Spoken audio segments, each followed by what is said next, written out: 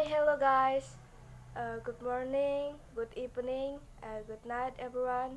My name is Nika Dekjatira Prastiwilaya, and I'm an English education student from Teaching and Science Faculty.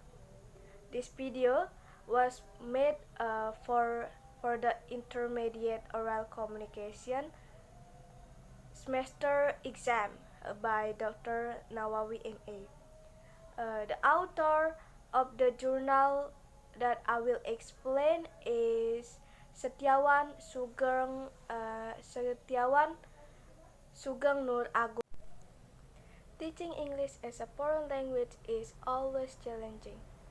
There are always imperfect institutions, imperfect people, and imperfect contents, which are called diverse contents. Moreover, teaching a foreign language becomes more challenging and difficult if the setting of place in the least developed region or 3T, terdepan, terluar, and tertinggal. The teaching and learning process in Landak Regency is far beyond the ordinary condition because of the socio-cultural condition and the lack of facilities. In this region, English as a foreign language might be considered as an alien language because it's really strange and difficult for someone learns, even though they should have learned it since they studied at junior and senior high. However, it is common to find college learners who have a low ability to mentioning numbers in English. Referring to this condition, teaching English is very difficult and challenging. English language as an international language can guarantee the abilities for opportunities to employment, traveling, higher education, and even more a better life. However, in this society, in Landak Regency has a common proverb which says, sekolah semangkok, tak sekolah semangkok. It means it's no different between people who study and those who do not study because they would get the same result for living. This is the sociological perception of most society here toward the importance of education. Teaching a foreign language in Indonesia is challenging. Okay, next is method. This multi-case study investigates the latter perception toward the current challenge in their teaching and learning English in the least developed region. The perceptions were described narratively. For participants were involved in this research. They were teaching English in the English department at the same college. All of them had previous teaching experience. The participants were selecting using purposive sampling technique. The guide questions were asked the participants when in-depth interviews were conducted. They were asked a question: what were the challenges you had when teaching English in your class here?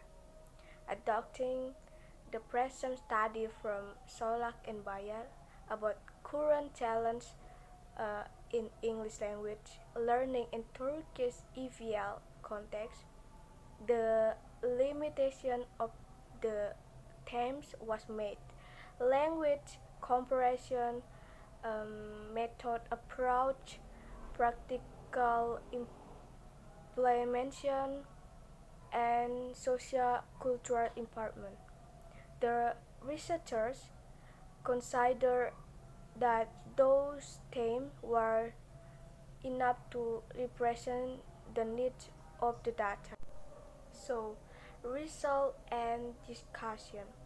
The overall classification of the data collected from the participant would be presented under the following themes. So the first one is language comparison. All the participants consider the most of their students had low proficiency in English mastery. They might lack of initial ability for the school. The student admitted that there were insufficient learning of English and materials when they were in junior and senior high. The previous study noted that the most important problem in foreign language teaching in Turkey was the lack of sustainability from the primary school to secondary school in terms of course, book, and curriculums. So next and second is method and approach. Reducing the gap in classroom communication, making group discussion help the student a lot because they got assistance from their friends. Both individual and group presentation help the student to be braver practicing in English. The student presentation were usually very short, especially in individual presentation. Meanwhile, group presentation were usually dominated by the leader of each group because of the group member was very passive and relied on the leader of the group. Grammar-based teaching is not considered a practical method because it would be very confusing and frustrating for the student. This finding was line that spend much time on grammar rather than language skill was not effective.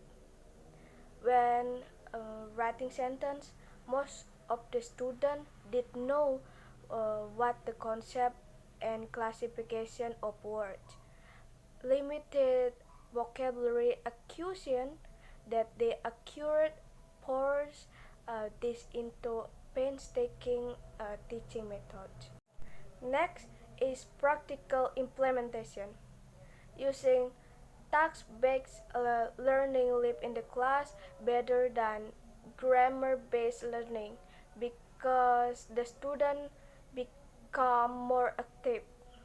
However, when task-based learning was implemented in group discussion, most of the passive students keep relying on the leader in their groups.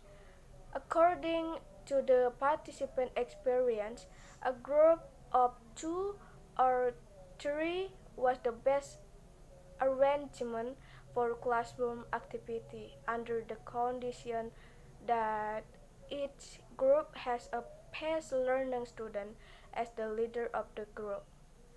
The personal presentation would be so hard for some students because they could not express and convey what they want to present. To keep the student away from getting bored, the English teaching could be done outside the class by setting on field or under the tree by making a circle or U shape. Generating the previous study that traditional setting prevented from effective teaching in classes. Bringing the classroom outside, shape the classroom situation, especially when the electricity black out or the daylight was too hard to study. So next, about social culture environment.